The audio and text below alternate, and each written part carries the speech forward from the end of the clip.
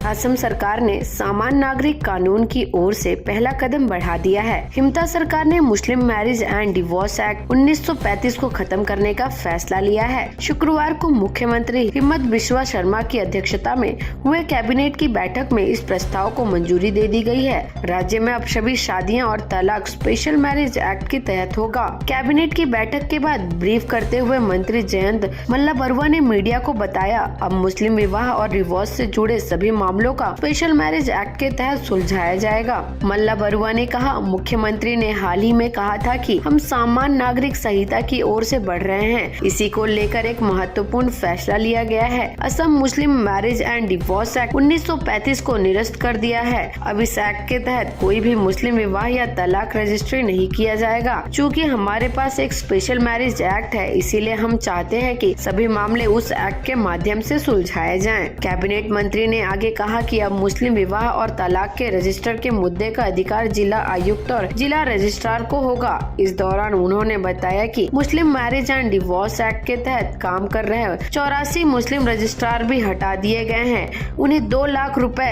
एक मुफ्त मुआवजे के साथ देकर उनके कर्तव्यों से मुक्त कर दिया जाएगा। कैबिनेट मंत्री ने आगे कहा कि इस फैसले के जरिए सरकार राज्य में बाल विवाह के खिलाफ भी कदम उठा रही है। उन्होंने कहा, इसके पीछे मुख्य उद्देश्य सामान्य नागरिक संहिता की ओर बढ़ना है और यह अधिनियम जो ब्रिटिश काल से चला आ रहा है, हमें लगता है कि आज अप्रासंगिक हो गया है। हमने इस एक्ट के तहत कई कम उम्र के विवाह भी देखे हैं। हमारा मानना है कि यह बाल विवाह को खत्म करने की दिशा में एक कदम है, जिसमें 21 साल से कम उम्र के पुरुषों और 18 साल से कम उम्र की महिलाओं की शादी होती है। इसके अलावा नई राष्ट्रीय शिक्षा नीति के तहत असम कैबिनेट ने स्कूली शिक्षा माध्यम के लिए आदिवासी भाषाओं मिसिंग, राम्बा, काम्बी, तीवा, देवरी और दिमासा को भी शामिल करने का फैसला किया है। वहीं कैबिनेट ने बालीपारा आदिवासी ब्लॉक में अहोम, कोच, राजभोगेशी और गोरखा समुदाय को संरक्षित वर्ग का दर्जा देने को भी फैसला किया है, जिसमें वे जमीन की खरीदी और बिक्री के मामले में विशेषाधिकारी प्राप्त कर सकते हैं। इसके साथ ही असम कैबिनेट ने मणिपुरी भाषा को 4 जिलों में कछार, करीमगंज, हैलाकांडी और